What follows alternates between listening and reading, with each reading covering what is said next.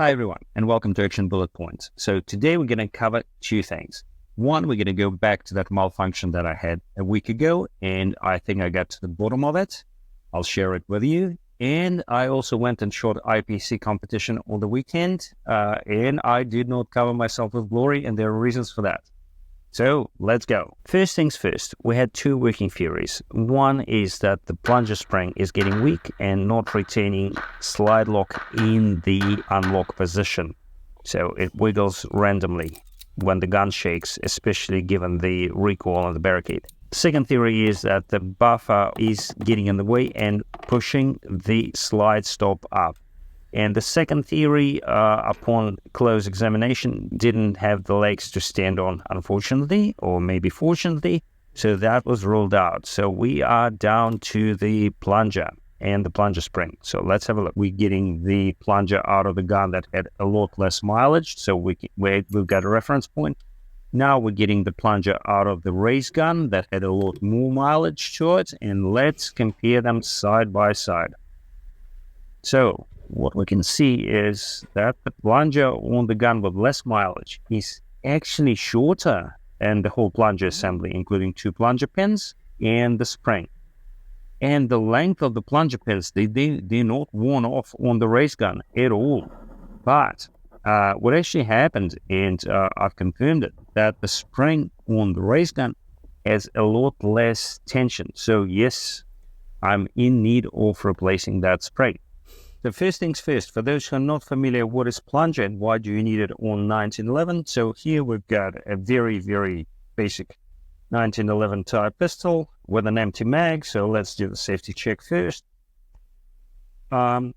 So this tube in here contains that plunger. When the gun is cocked like so and the safety is engaged, you can see the tip of the plunger pin against the safety here. When you disengage and at this point in time, there is no pressure applied to the slide stop. So when you can see the slide can't move in this position.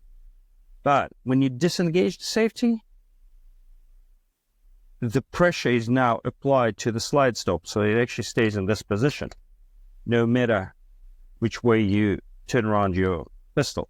So what the slide stop is meant to do is when the pressure is applied to the slide stop, and I'll show you how that happens, it locks the slide on empty. That's the whole reason of this plunger in here, to apply positive pressure on the slide stop so it's not wiggling for no reason. Okay, so how does the pressure is getting applied? So let me just take this gun apart. It's bull barrel, very easy to take apart. First things first, let me insert the mag. So you see the mag has the follower. This thing, when you have the rounds in there, is depressed to inside the mag, so it does not apply the pressure onto the slide stop. And then when you get the slide stop in here, you can actually see that on the slide stop itself, it's almost like, we'll just zoom in on this, it's like a small dimple. This is where the pin from the plunger is actually pushing all the time. Okay, get it in there. It's easier this way. So when you see when the safety is engaged, there's a lot less pressure on the plunger.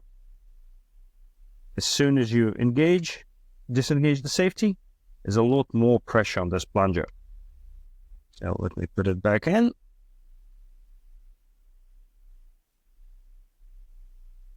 Wiggle it in. Okay. So I disengage safety, and then I insert the magazine back in. And you see what happens.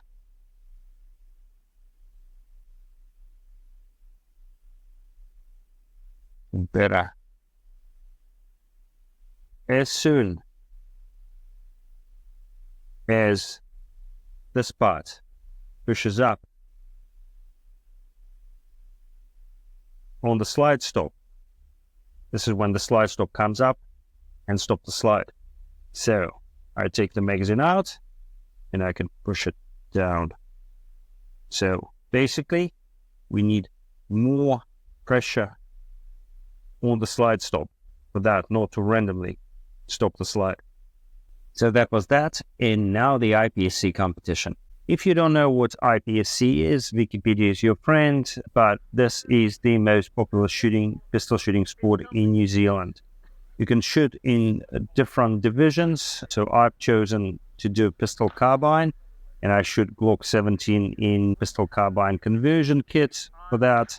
Why we can't shoot proper pistol carbines, as I said, that's a story for another day. Anyhow, it was my third time ever shooting this particular PCC in IPSC competition, and didn't go that well for some reason. Had a lot of malfunctions, which you're just about to see right now. That double feed actually costed me 10 seconds, and that was the difference between my time and the best time. In terms of alpha counts and all of that, yeah, I possibly would have came second for this stage, but would have, could have, should have. With those seconds lost, still my alpha count was pretty good, but points per second, they were unfortunately quite low, and with that, the issues repeated themselves on pretty much all stages. Besides the point, this particular pistol carbine is my speed steel gun, and it's zeroed at 20 yards. If I'm trying to engage target close to me, that unfortunately results in me hitting no shoots if they are under the target. Overall, I finished a 7th out of 18 shooters. This was a very interesting comp. I had a lot of fun, but I think it'll be safe to say that time for me will be better spent training and practicing action up until the world selection and then the worlds. And once that is out of the way, might go back to shooting IPSC, but I definitely need a better gun for it.